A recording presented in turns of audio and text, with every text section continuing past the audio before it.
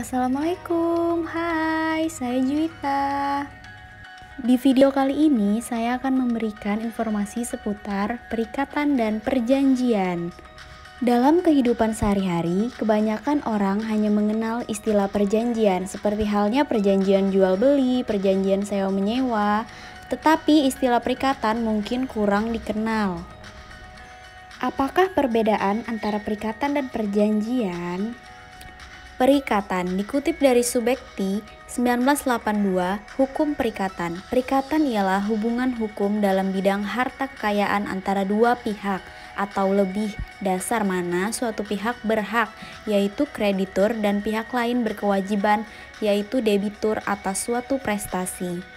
Sedangkan perjanjian, menurut Pasal 1313 KUH Perdata, perjanjian adalah suatu perbuatan dengan mana satu orang atau lebih dengan mengikatkan dirinya terhadap satu orang atau lebih. Secara hukum, tidak semua janji dapat dikategorikan sebagai perikatan. Janji-janji yang dapat dikategorikan sebagai suatu perikatan adalah yang memenuhi syarat-syarat sebagaimana yang disyaratkan oleh undang-undang untuk sahnya suatu perjanjian. Syarat perjanjian yang dikategorikan sebagai perikatan ialah syarat subjektif. Yang pertama, terdapat kata sepakat antar dua pihak. Yang kedua, percakapan untuk melakukan tindakan hukum cukup umur. Kemudian syarat objektif ialah hal tertentu, objeknya harus barang yang bisa ditentukan jenisnya.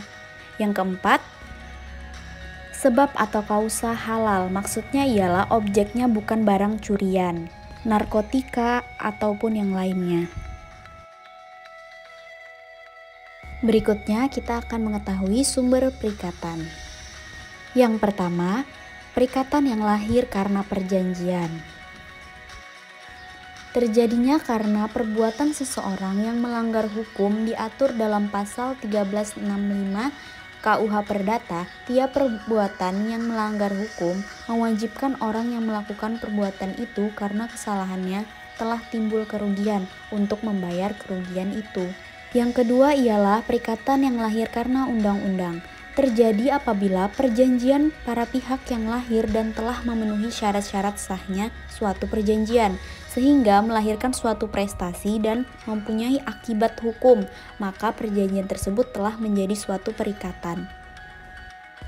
Kemudian kita akan melihat istilah-istilah dalam hukum perikatan. Yang pertama, ada wan prestasi. Wan prestasi biasa disebut ingkar janji, adalah bentuk pengingkaran terhadap prestasi yang telah disepakati para pihak dalam suatu perjanjian dengan alasan apapun. Adapun bentuk-bentuk wan prestasi, yang pertama tidak mau memenuhi prestasi sama sekali, yang kedua terlambat memenuhi prestasi, dan memenuhi prestasi secara tidak baik. Yang kedua ada overmaged. Ialah suatu keadaan yang terjadi setelah dibuatnya persetujuan yang menghalangi debitur untuk memenuhi prestasinya, akan tetapi debitur tidak dapat dipersalahkan dan tidak harus menanggung resiko, karena ia tidak dapat menduga pada saat persetujuan dibuat. Yang ketiga, somasi. Ialah surat peringatan yang diberikan kepada debitur bila debitur tidak memenuhi prestasi pada waktu yang ditetapkan. Yang keempat, ada ganti rugi. Kreditur dapat meminta ganti rugi kepada debitur yang melakukan ingkar janji. Ganti rugi ini dapat berupa ganti rugi atas biaya, yaitu untuk biaya berupa segala pengeluaran dan ongkos yang telah dikeluarkan oleh salah satu pihak. Yang kedua, ganti rugi atas kerusakan, yaitu untuk kerusakan barang milik kreditur yang disebabkan oleh debitur. Yang ketiga, ganti rugi atas bunga, yaitu keuntungan atau bunga yang tidak jadi didapat oleh kreditur karena debitur melakukan ingkar janji.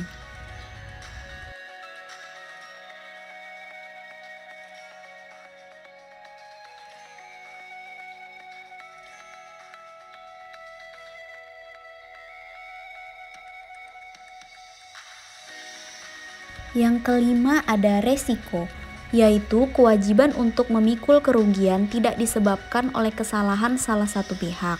Resiko ini terjadi karena adanya keadaan yang memaksa. Kemudian kita akan membahas macam-macam perikatan.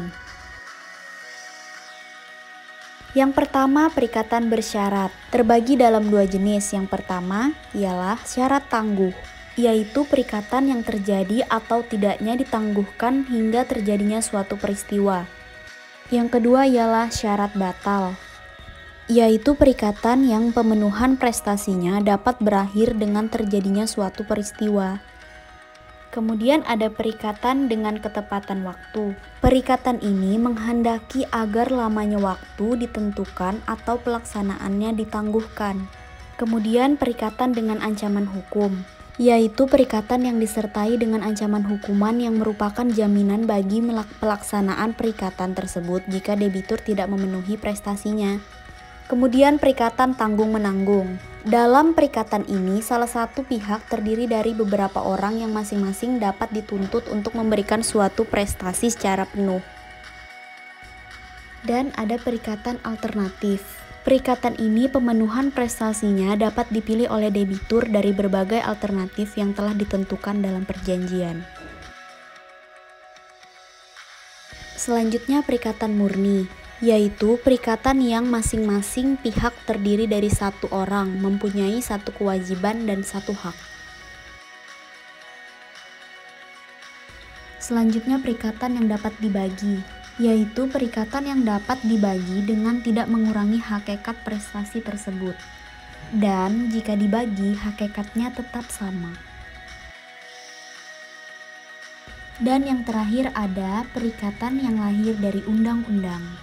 Perikatan yang lahir dari undang-undang dapat dibagi atas yang lahir dari undang-undang saja dan yang lahir dari undang-undang karena perbuatan seseorang.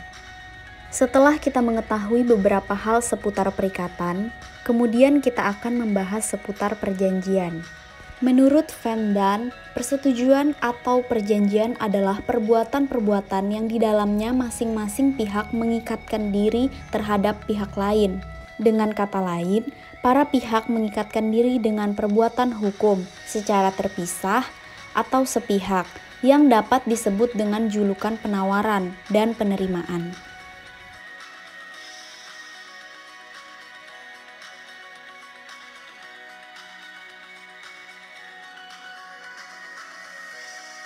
Asas-asas dalam hukum perjanjian. Yang pertama, asas kebebasan berkontrak.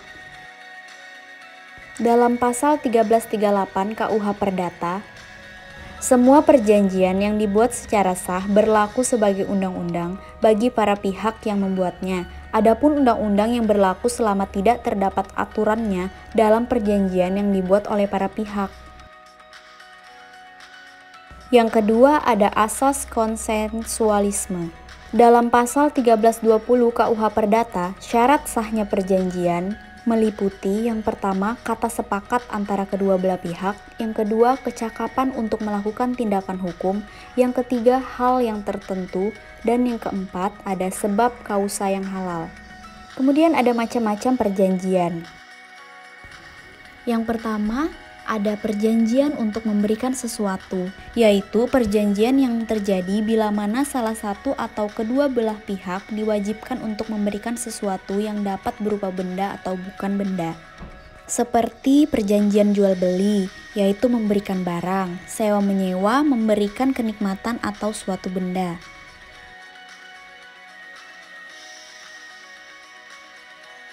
Yang kedua ada perjanjian untuk berbuat sesuatu, yaitu perjanjian yang terjadi bila mana salah satu pihak diwajibkan untuk mengerjakan suatu pekerjaan atas permintaan pihak lainnya. Biasanya ini berhubungan dengan keahlian seseorang. Misalnya perjanjian untuk menjahitkan pakaian, membuat kursi, dan lain-lain. Dan yang ketiga ada perjanjian untuk tidak berbuat sesuatu, yaitu perjanjian yang terjadi bila mana salah satu pihak berjanji kepada pihak lainnya untuk tidak melakukan sesuatu atas permintaan pihak lainnya. Oke, lanjut ada unsur-unsur perjanjian. Yang pertama ada essentialia. Misalnya dalam hal perjanjian jual beli, essentialianya adalah harga barang yang diperjualbelikan.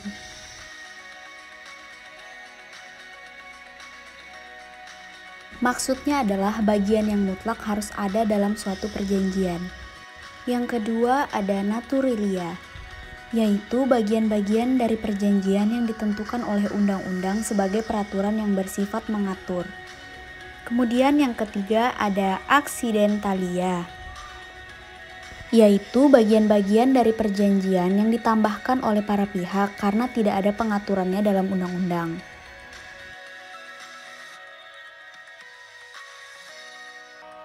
Oke, selanjutnya akibat-akibat perjanjian. Yang pertama, ada perjanjian berlaku sebagai undang-undang bagi para pihak. Ketentuan ini terdapat dalam pasal 1338 KUH Perdata yang menyebutkan bahwa semua perjanjian yang dibuat dengan sah berlaku sebagai undang-undang bagi mereka yang membuatnya. Ini berarti bahwa para pihak terkait untuk mematuhi serta menaati apa yang telah mereka sepakati. Yang kedua, ada perjanjian tidak dapat ditarik kembali oleh salah satu pihak. Perjanjian yang telah dibuat oleh para pihak tidak dapat ditarik kembali kecuali kedua belah pihak sepakat untuk menarik. Perjanjian berlaku hanya bagi para pihak yang membuatnya, serta tidak dapat membawa kerugian kepada pihak lain yang tidak membuatnya.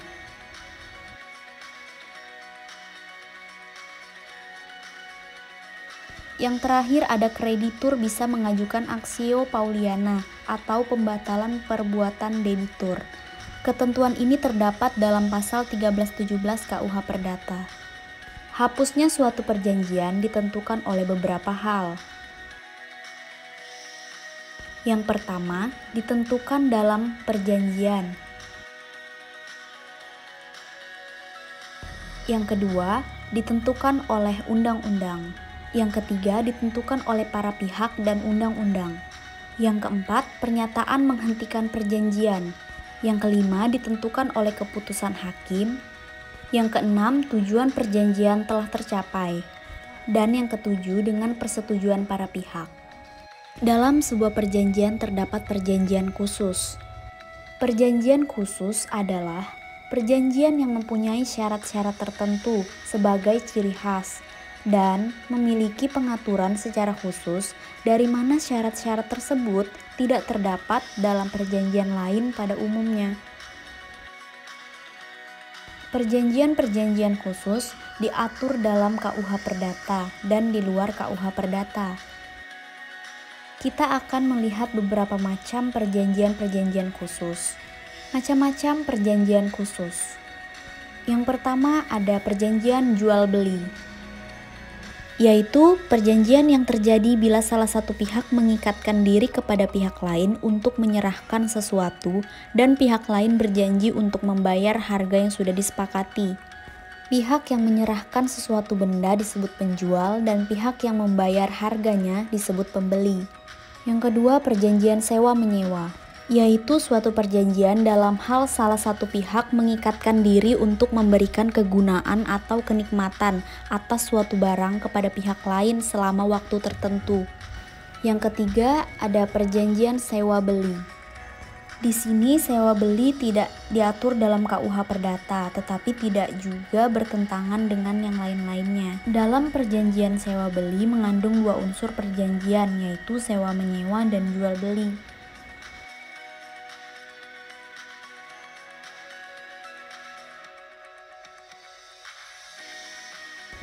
Kemudian ada perjanjian pinjam-meminjam.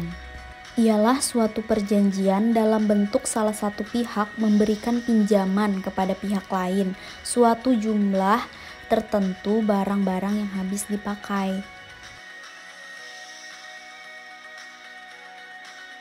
Kemudian ada pemberian kuasa.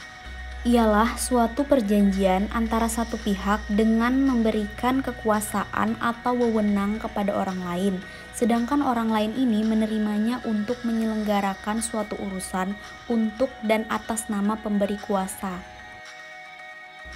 Yang terakhir ada penanggungan utang, yaitu suatu perjanjian dalam hal mana seorang pihak ketiga mengikatkan diri untuk memenuhi perikatan si berhutang. Hal ini dilakukan bila orang yang berutang tersebut tidak dapat membayar utangnya. Sekian penyampaian dari saya seputar perikatan dan juga perjanjian. Semoga apa yang saya sampaikan bisa bermanfaat bagi kita semua. Terima kasih, saya Juwita Sudirman. Jangan lupa subscribe. Bye.